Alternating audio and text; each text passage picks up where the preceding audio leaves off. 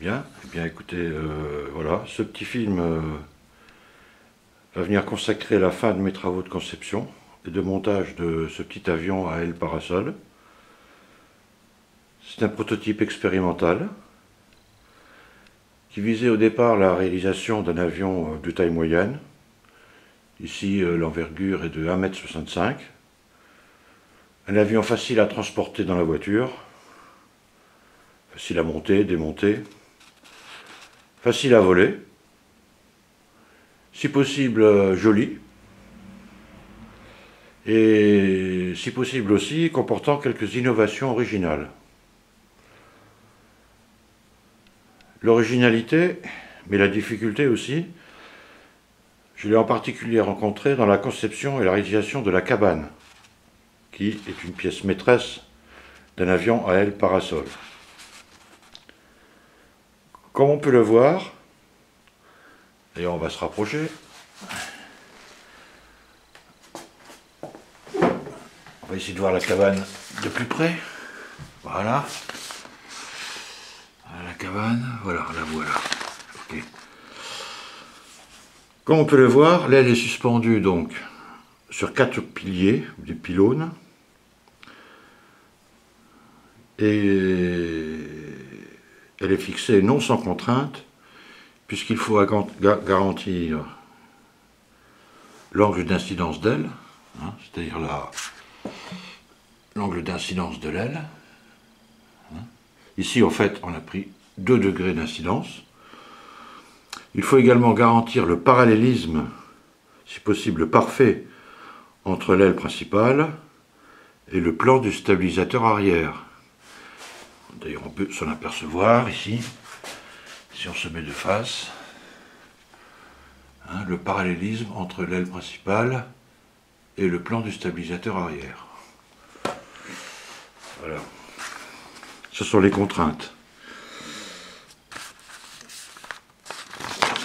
Le stabilisateur, pour information, je l'ai considéré comme le plan de vol. Les 4 piliers sont réalisés à partir de 2 cordes à piano que j'ai pliées en forme de U. Il y a le U à l'avant et le U à l'arrière. Pour éviter que l'aile ne se mette en rotation autour d'un axe vertical, l'axe vertical, hein, pour éviter cette rotation-là, en fait, les 4 piliers pénètrent, l'extrémité des 4 piliers pénètre à l'intérieur de l'aile et viennent se loger dans 4 trous qui ont été percés, calculés et percés, de façon à respecter les contraintes évoquées tout à l'heure. Alors, pour éviter que l'aile puisse être posée, parce que fixer les 4 trous dans les 4 trous ne suffit pas, il faut également poser l'aile. On a soudé, j'ai soudé ici, je ne sais pas si on peut le voir, on le verra mieux de l'autre côté.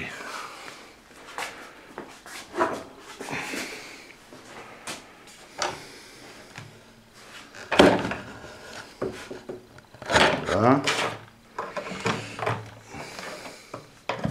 Voilà, prenons l'exemple d'un pilier, en gros plan, hein, voilà. Voilà, on a soudé donc sur chacun des piliers un coude, c'était un bout de corde à piano également, un coude à 90 degrés. On a fait la même chose sur les 4 piliers, de façon à ce que l'aile, d'une part, soit donc bien logée dans ces 4 trous, mais aussi puisse reposer sur 4 coudes fixes de manière définitive. Pour fixer l'aile maintenant, une fois qu'elle est posée, on utilise, comme on peut le voir ici, un système utilisant pour chacun des piliers 2 petites plaques d'aluminium. Une qui est plus large, qui va être la patte de fixation en fait, et une plus petite qui est utilisée tout simplement pour bloquer la patte de fixation lorsque celle-ci est dévissée. Lorsque celle-ci est dévissée, pour pouvoir ôter ou mettre l'aile, cette patte de fixation est mobile, hein, elle bouge dans tous les sens. Donc elle gêne la pose ou l'enlèvement de l'aile. Donc on bloque cette patte dans la petite, on la coince en fait sous la petite, elle ne bouge plus. Comme ça on peut à loisir poser et enlever l'aile sans être gêné par la plaque de fixation. Bon, une fois que tout est calé, la plaque de fixation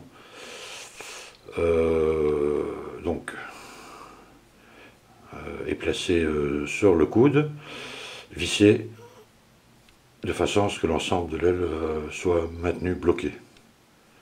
Voilà. Pour la stabilisation de l'aile, on a également rajouté un petit haubans de chaque côté. Comme l'aile fait quand même 1,65 m. Voilà. Un système d'haubans très simple. Voilà, ça c'était, je dirais, la partie un peu innovante de l'avion. Qu'est-ce qu'on peut dire d'autre? Le poids, hein, c'est un avion de 2,5 kg environ. Moteur AX46, tout à fait classique. L'avion a été couvert, et tout en balsa. Il a été couvert, l'aile est entièrement couverte en papier japon. De même que la partie supérieure du fuselage. Donc tout le reste est en balsa. Le stabilisateur et la dérive, pour éviter trop de complications, ont été réalisés en balsa plein. Donc tout à fait rien de particulier. Là, on a mis également un joli petit pilote pour agrémenter le vol. Voilà, il a l'air prêt à voler. Et puis, qu'est-ce qu'on peut rajouter? Le poids, j'en ai parlé. Bon, l'aile est une aile classique, hein, c'est un profil intrado plat, extrado convexe, une hauteur d'aile pas trop importante, il y a 2,5 cm environ, de façon à éviter la traînée, trop de traînée. Bon, c'est un avion qui, j'espère, va pouvoir voler assez lentement.